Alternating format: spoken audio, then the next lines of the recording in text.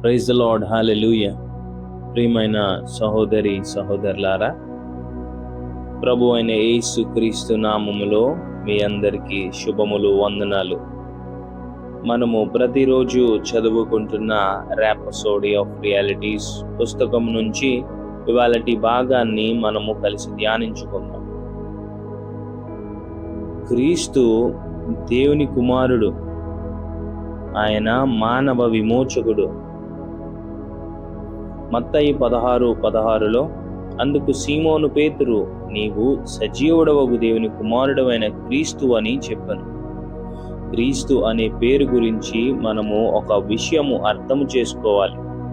అది గ్రీకు పదం క్రిస్టోస్ యొక్క ఆంగ్ల రూపము, మరియు అది హెబ్రీ పదమైన మెస్సయా యొక్క గ్రీకు రూపము. మెస్సయా అంటే ఏమిటి? దానికి అర్థము దైవ మానవ విమోచకుడు. అందుకే యేసును అభిషిక్తుడని, దైవ మానవ మెస్సయ్య అని పిలుస్తారు. మోషే మరియు ఇతర ప్రవక్తల ప్రవచనాల నుండి ఒక మెస్సయ్య వస్తాడని, దైవ మానవుడు వస్తాడని, మరియు ఈ దైవ మానవుడు తమ్మును విడిపిస్తాడని వారు అర్థం చేసుకున్నారు. మరి వారు ఎలాంటి విమోచనను ఆశించారు? అంతిమ విమోచన. అది సమస్త కీడు నుండి మరియు మానవ సంబంధమైన వాటన్నిటి నుండి విమోచన. యూదులు ఆ విధముగా ఎందుకని ఆలోచించారు? ఎందుకంటే మానవ సంబంధమైనది భ్రష్టపట్టిన దానిగా ఉంటుంది. అది వారికి తెలుసు. ఆదాము చేసిన పాపము ద్వారా ఏదెను తోటలో మానవుడు ఎలా పతనమయ్యాడో అనే కథ వారికి తెలుసు. కాబట్టి దైవ మానవుడైన విమోచకుడు అనగా అంతిమ విమోచకుడు మాత్రమే మన వాళ్ళని సాతాను బంధనం నుండి మరియు ప్రకృతిలో పనిచేసే అవినీతి నుండి విడిపించగలడని వారు విశ్వసించారు. మానవుని హృదయము అన్నిటికంటే మోసకరమైనదిగాను అత్యంత దుష్టమైనదిగాను మారింది. ఇర్మియా 17:9. కాబట్టి మానవుడు తన నుండి ఆ పతనమైన స్వభావము నుండి విమోచన అవసరమని గ్రహించాడు. అందుకే వారు దైవ మానవుడైన మెస్సయ్య రాక కొరకు ఎదురు చూశారు. అందుకే ఆయనను అభిషక్తుడు అని పిలిచారు. వారికి అభిషేకమును గురించి తెలియదని కాదు. మోషే అలాగే యాజకులు అభిషక్తులయ్యారని వారికి తెలుసు. ఉదాహరణకు దావీదు, సౌలు వంటి రాజులు, ఆ తర్వాత ప్రవక్తలు అందరూ అభిషక్తులయ్యారని వారికి తెలుసు. వారికి అభిషేకముతో పరిచయం ఉన్నది. కాబట్టి వారు కేవలము ఒక అభిషక్తుని గురించి కాదు, దైవ మానవుని గురించే మాట్లాడుతున్నారు. అదే వారి అంచనా. అయితే విచారకరముగా ఆయన వచ్చినప్పుడు వారు ఆయనను గుర్తించలేదు.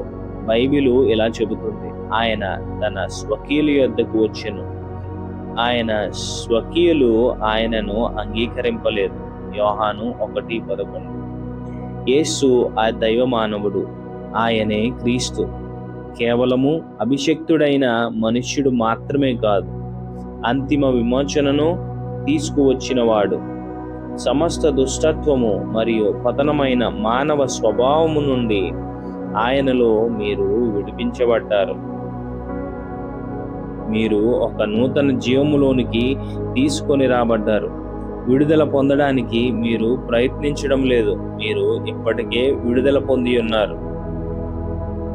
ఆయన మనలను అంధకార సంబంధమైన అధికారములో నుండి విడుదల చేసి తాను ప్రేమించిన తన కుమారుని యొక్క రాజ్య నివాసులనుగా చేసెను.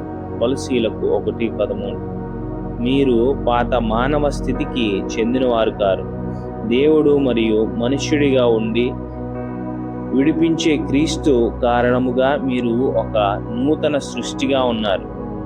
దేవునికి స్తోత్రము కలుగునుగాక. ఆమేన్. ప్రియులారా, ఈ యొక్క వాక్యాన్ని, సత్యాన్ని మీరు తెలుసుకున్నారు కదా. అయితే నాతో కలిసి ప్రార్థించండి. ప్రియమైన తండ్రి, దేవుడు మరియు మనుష్యుడిగా ఉండి నాకు సంపూర్ణ విముక్తిని ప్రసాదించిన యేసుక్రీస్తును గురించిన ప్రత్యక్షతకై మీకు కృతజ్ఞతలు. క్రీస్తులో నేను ఒక నూతన జీవములోనికి, అంటే మహిమ మరియు నీతితో కూడిన జీవములోనికి తీసుకురాబడ్డాననే సత్య స్పృహతో జీవిస్తున్నాను. ఈరోజు నేను ఆ వాస్తవికతలో నడుస్తున్నాను. యేసు నామములో ఆమేన్.